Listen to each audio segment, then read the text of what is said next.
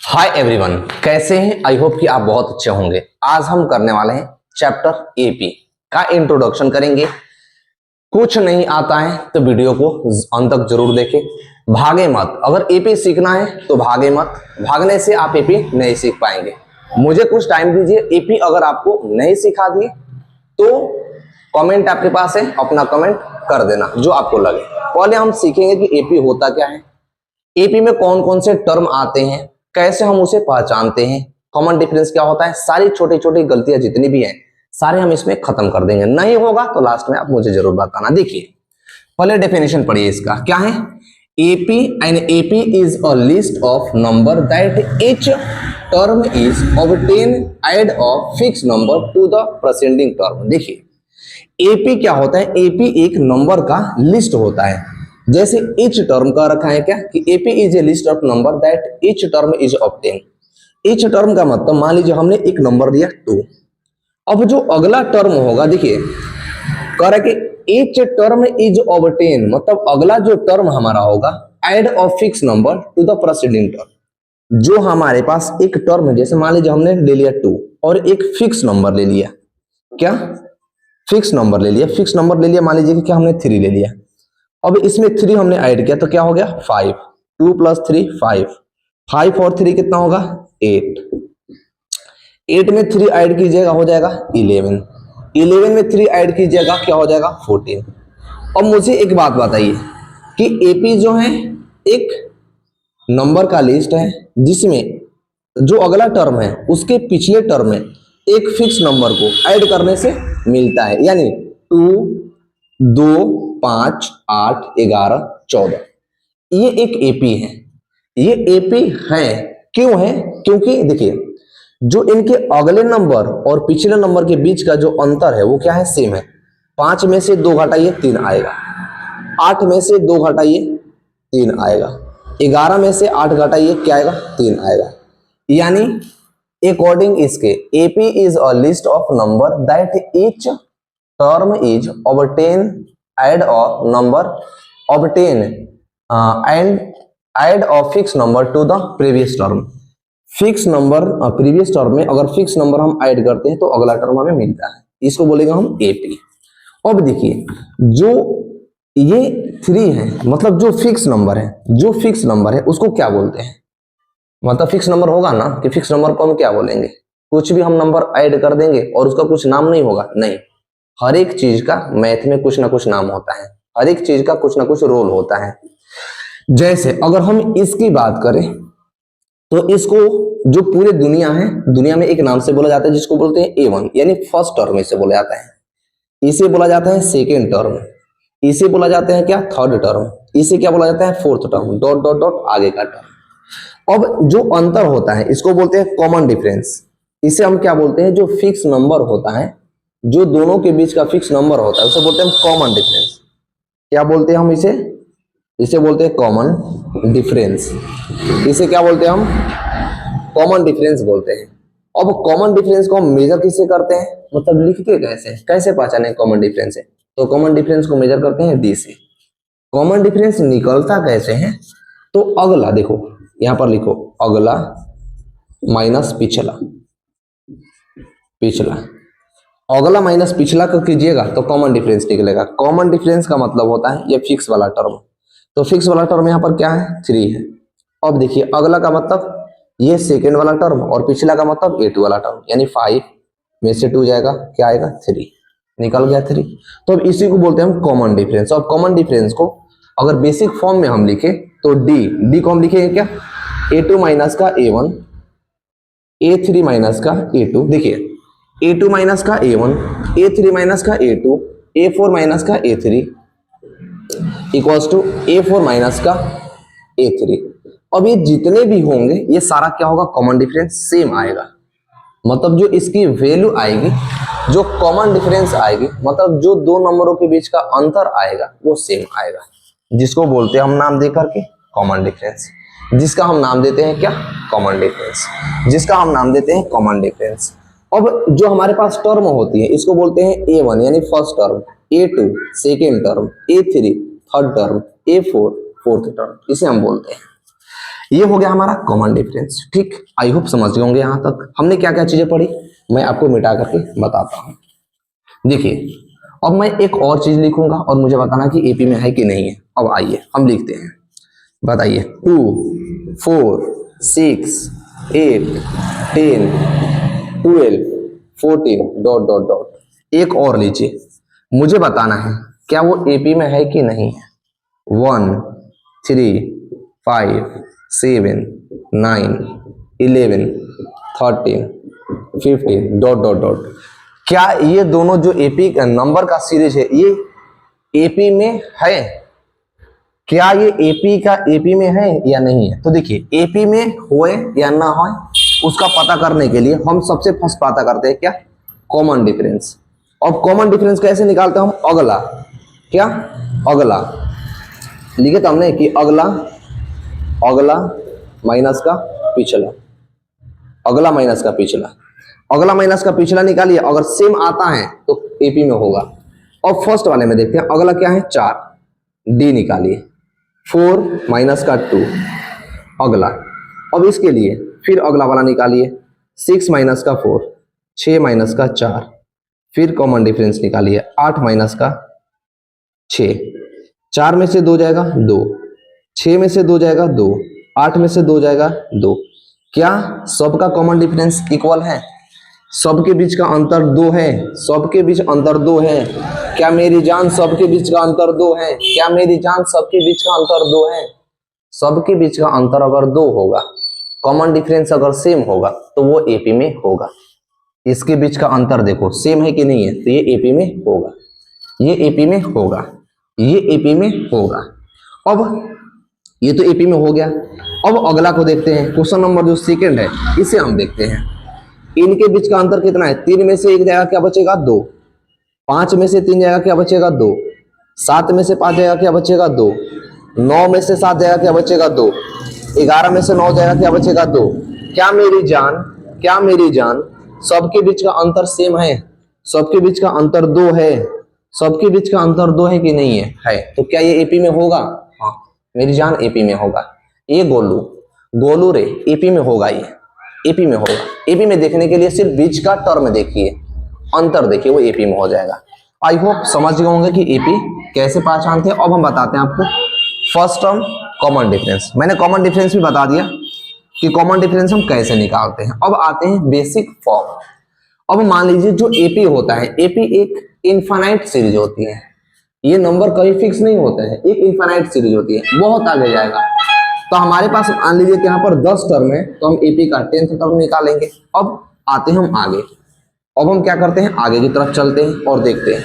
हमने एपी लिखा था, हमने एपी लिखा था, हमने एपी लिखा था, क्या था एपी? वो देखिए हमने एपी लिखा था 2, 4, 6, 8, 10, 12, 14 डॉट डॉट डॉट। अब इसे हम बोलते हैं A1, इसका नाम हम देते हैं A2, इसका नाम देते हैं, जो मैथ वाले जो मैथ बनाया है, मैं नाम इसका नहीं दे रहा हूं, जिन्होंने एपी बनाया था, जिसने मैथ बनाया था उसने ही नाम दिया था इसका। इसका नाम दिया था उन्होंने A3, इसका नाम दिया था उन्होंने A4, इसका नाम दिया था उन्होंने A5। अब हम इसी तरह करते करते अगर n तक जाए, हमारे पास n नंबर ऑफ सीरीज हो, तो उसको हम कैसे निकालेंगे? तो यहां पर आता है an का फॉर्मूला, जिसको हम बोलते हैं nth टर्म। क्या? nth term. यानी nth टर्म क्या होगा? जैसे A1 टर्म यहां पर 2 है, A2 टर्म यहां पर 4 है, A3 टर्म ये है, A4 टर्म ये है। तो इसका पहले बेसिक फॉर्म लिख लो। देखो फॉर्म ऑफ एपी, एपी का जो फॉर्म होता है वो इस तरह का होता है, ए प्लस का डी, ए प्लस का 2d, ए प्लस का 3d, ए प्लस का 4d dot dot dot dot, आगे तक चलते जाएंगे। तो एपी का ये बेसिक फॉर्म हो गया, ये एपी का बेसिक फॉर्म हो गया।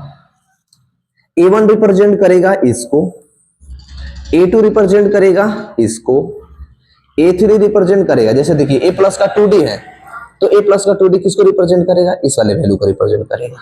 यानी A इसमें हो जाएगा फर्स्ट टर्म, 2d, d का मतलब कॉमन डिफरेंस। अगर हमें A3 को निकालना है, अगर हम आपसे ये कहें कि यहाँ पर A2 निकालिए, तो A2 के लिए क्या है आपके पास? A और डी हम इसमें निकाल कर देखते हैं। तो A2 हम कैसे निकालेंगे, A का मतलब हो जाएगा फर्स्ट टर्म, A यहाँ पर क्या है 2 प्लस D का मतलब कि इन दोनों के बीच में अंतर कितना था 4 और 2 के बीच में अंतर कितना था 2। तो जब हम इसमें 2 ऐड करेंगे तो जो A2 आएगा वो क्या आ जाएगा 4 आ जाएगा। मुझे बताइए क्या A2 सेकंड वाला टर्म 4 नहीं है ना 4। तो हम इस तरह से इसका बेसिक फॉर्म निकाल लेते हैं।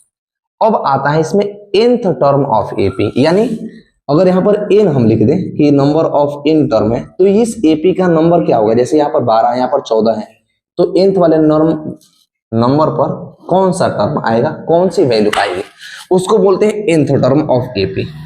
हम इसे मिटा देना चाहते हैं, अब यहाँ लिखते हैं, अब यहाँ पर लिखते हैं nth term of AP, nth term of AP। अब nth टर्म ऑफ AP निकालने का फॉर्मूला वो ये होता है कि an is equals to a plus n minus 1 into D, n minus 1 into D. आपसे क्वेश्चन में क्या पूछेगा मैं बताता हूं, आपसे क्वेश्चन में क्या पूछेगा मैं बताता हूं। ये nth टर्म ऑफ AP का एक फॉर्मूला हो गया। दूसरा फॉर्मूला आता है क्या, दूसरा फॉर्मूला ये आता है कि सम ऑफ nth टर्म, यानी AP के नंबर का अगर सम कर दे, जैसे मान लीजिए कि ये हुआ हमारे पास एक ये जो AP है इसे मैंने तो यहाँ पर खिचड़ी पका दिया है भाई, मैंने यहाँ खिचड़ी पका दिया है इसको। अगर हम ये करें, आपसे कहे क्वेश्चन में कि 2 + 4 + 6 + 8 + 10 + 12 + 14 को ऐड कर दीजिए, कितना नंबर होगा, तो जिसको बोलते हैं sum of AP, sum of nth term. अब इसका फॉर्मूला होता है क्या कि n अपॉन में 2a प्लस का n माइनस 1 इंटू डी। अगर नहीं समझ में आ रहा है तो 1 मिनट पेशेंस रखिए, मैं क्वेश्चन अभी तुरंत कराऊंगा तो समझ में आ जाएगा। अब आइए हम चलते हैं क्वेश्चन पर, हम क्वेश्चन पर आ जाते हैं। अब आ जाइए, आ जाओ। आपसे कहेगा क्या कि अगर ये AP में है, if and AP find fourth term, कहता है क्वेश्चन में if if the term is an AP's find 2 more term। आपके पास एक सीरीज देगा, जैसे मान लीजिए 2 4 8 10 12 और कहेगा कि ये वाला टर्म फाइंड कीजिए। अगर ये AP में है, अगर ये AP में है तो इसके अगले 2 टर्म और फाइंड कीजिए। तो देखिए AP में पता करने के लिए हमारा फॉर्मूला क्या होता है, हमारा मेथड ये होता है कि हम पहले कॉमन डिफरेंस निकालते हैं। अब कॉमन डिफरेंस कैसे निकलता है, A2 माइनस का A1, A3 माइनस का A2, A4 माइनस का A3, A5 माइनस का A4, यानी सबके बीच का जो कॉमन डिफरेंस है वो इक्वल होना चाहिए, बराबर होना चाहिए। अगर ये इक्वल है, बराबर है, तो ये आपका AP कंसीडर किया जाएगा। अगर AP है तो 2 आगे का टर्म निकालिए। अब हम देख लेंगे यहाँ पर क्या कि D क्या है, A2 माइनस का A1, यानी 4 में से अगर 2 माइनस करें और 8 में से अगर हम 4 माइनस करें, या 10 में से अगर हम 8 माइनस करें, यहाँ पर 6 ले लो, यहाँ पर 6 ले लो, यहाँ पर 6 ले लो, यहाँ पर 6 ले लो, तो क्या इनके बीच का डिफरेंस सेम आ रहा है। देखिए सबके बीच का डिफरेंस सेम होगा। 4 में से 2 जाएगा 2 बचेगा, 6 में से 2 जाएगा 2 बचेगा, 10 में से 2 जाएगा 2 बचेगा। देखिए सबका कॉमन डिफरेंस सेम आ रहा है, सेम आ रहा है। जब कॉमन डिफरेंस सेम आ गया तो इसके अगले और 2 टर्म लिखना है, अगले और 2 टर्म, यानी इसमें से हम फिक्स नंबर क्या ऐड करें, फिक्स नंबर 2, तो 12 में 2 ऐड कीजिएगा, कितना होगा, इसमें 2 ऐड करो, कितना हो जाएगा 14। और फिर इसके अगला टर्म लिखना है, तो पहले वाले टर्म में से एक फिक्स नंबर ऐड करते हैं ना, क्वेश्चन में लिखा है number that each term is obtain add a fix number to the preceding term, यानी पिछले वाले टर्म में फिक्स नंबर ऐड करेंगे तो अगला टर्म मिलेगा। तो 14 में जब आप यहाँ पर 2 ऐड कीजिएगा तो क्या होगा, ये 16 हो जाएगा। तो अगला 2 टर्म आपके पास निकल गया। ये निकला कि नहीं निकला, निकला कि नहीं निकला, मेरी जान यहां तक समझ में आया कि नहीं आया मुझे बताओ, समझ में आया कि नहीं आया मुझे बताओ, मुझे बताना जरूर। अब एक और क्वेश्चन लेते हैं, एक और क्वेश्चन लेते हैं, हम एक और क्वेश्चन लेते हैं। अगला क्वेश्चन क्या हो जाएगा, मान लीजिएगा 2, 2 रूट 3 यहाँ पर ले लो 2, उसके बाद 2√3, 2 प्लस का √3 और कितना हो जाएगा 3 प्लस का √3, 4 प्लस का √3, 5 प्लस का √3 डॉट डॉट डॉट। अब मुझे बताइए कि क्या ये एपी में है, क्या ये एपी में है, क्या ये एपी में है, एपी में है कि नहीं, ये मुझे बताना है। तो हमारा मेथड क्या है एपी में जांच करने के लिए, कॉमन डिफरेंस निकालिए। देखिए कॉमन डिफरेंस में a2 माइनस का a1, पहले तो मेजर कीजिए, इसे बोलेंगे हम a1, इसे बोलेंगे a2, इसे बोलेंगे a3, इसे बोलेंगे a4, इसे बोलेंगे हम a5।